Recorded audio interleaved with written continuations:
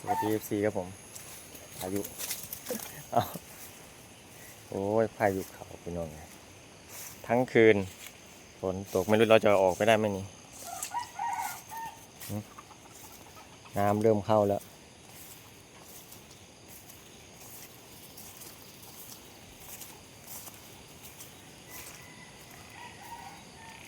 ลมแรงมากเมื่อคืนนี้ครับนู่นขึ้นมาแล้วปุ่นเสียงฝนนี่ไปน้อยโกกโกกโกก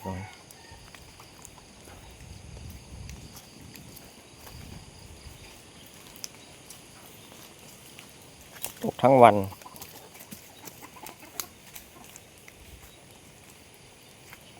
ยันหว่างรถไถคงไม่ท่วมหรอกมั้งเพราะว่ามันมีท่อน้ำอยู่ผมเอาแต่เครื่องสูบน้ำขึ้นมาเครื่องสูบน้ำตัวเล็กน่าจะได้อยู่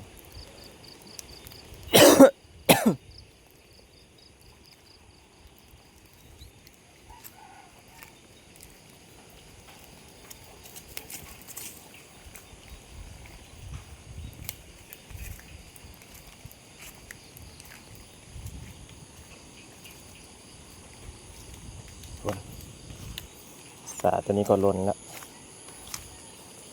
มันที่ฟ้าปิดมันอยู่ข้างล่างนู่นฟ้าปิดเปลือกมันอยู่ข้างล่าง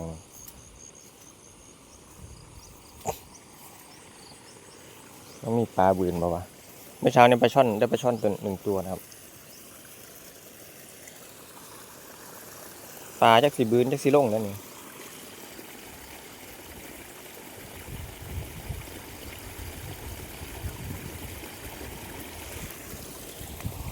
ฝนมันทิ้งช่วงครับบรรยากาศ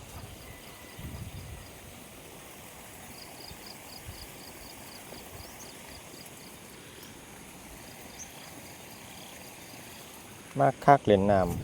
ำมันบริยานน้ำเด้อมาสมัยมาขี้ร้อน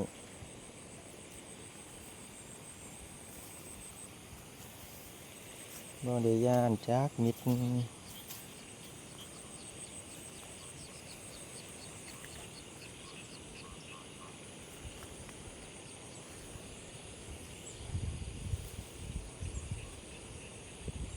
แต่ซิวหน่อยทีนึง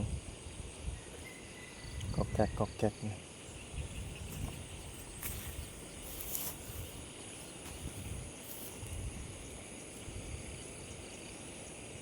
อันนี้หว่านข้าวให้มันหน้าดินมันอยู่นะครับไม่ได้นั่นนะครับไม่ใช่ว่าทำไมปล่อยให้มันรกนะครับ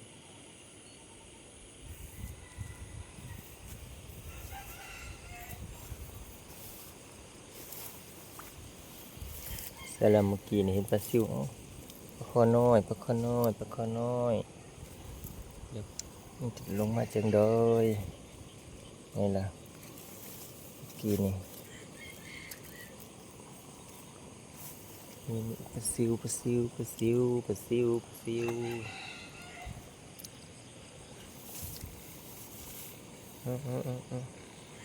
มันสงสัยมันจะลงแล้วนี่ถ้าจะลงแสดงว่าฝนจะหมดแล้วได้นี่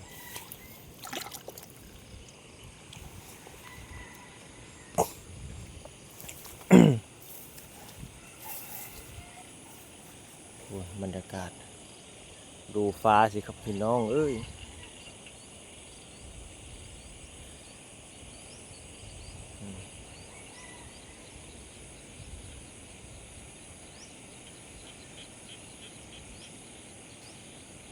ว้าว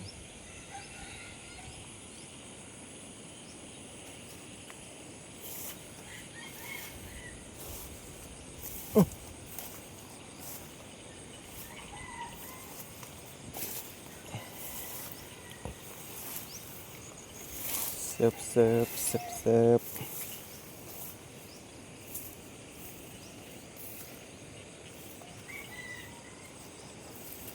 ประมาณอีกสัก2 ปีนั่นนะครับ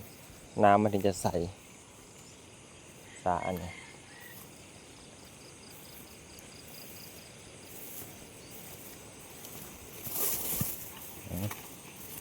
เดินไปตรงรางไป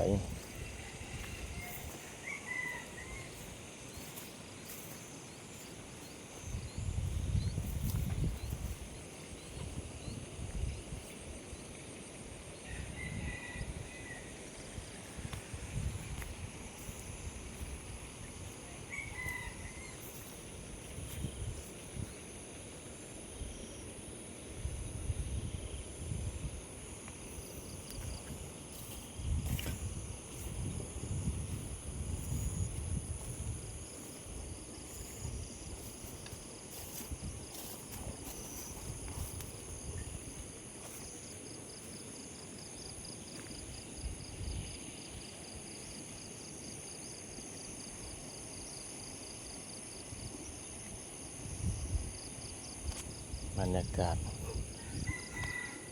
ย่ำเศร้าโอ้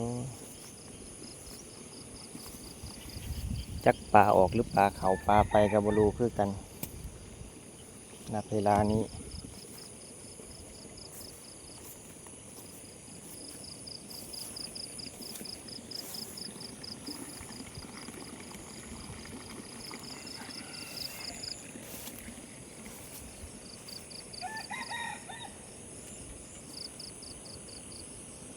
พอดีผมมันตัดหญ้าตรงนี้ไว้ก็เลยเปลี่ยนในจังหวะพี่น้องเลยได้ละบ่มีปลาบืนเลยเด่นปกติจะมีปลาจากปลาบืนลงมันสงสัยมันลงตอนกลางคืนหมดแล้วมั้งหรือยังไร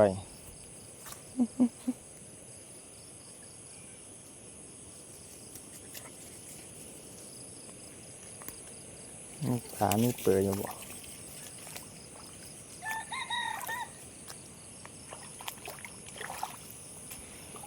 ผักเกษตรนี่มันหลายก็กินบ่ทันพี่น้องเลยผักกันเนี่ย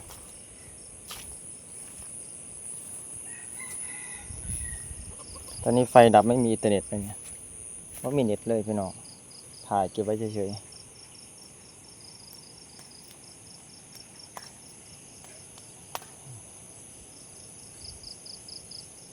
ได้ละน้ำเข้าของงอบ่พักกันนอนอยู่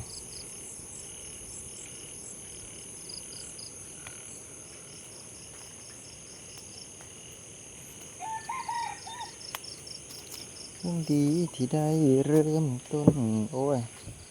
อันนี้มันอันนั้นแล้วเนี่ยไอ้มันดวงกินเจาะพี่น้องเลยตายมัน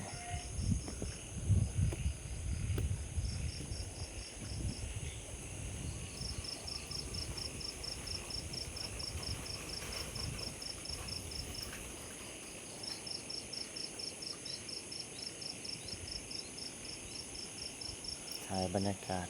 ฟ้าคือสีสดใสกับว่าสดใสนี่แหละเครื่องการหนึ่งเนี่ยได้ยังตอด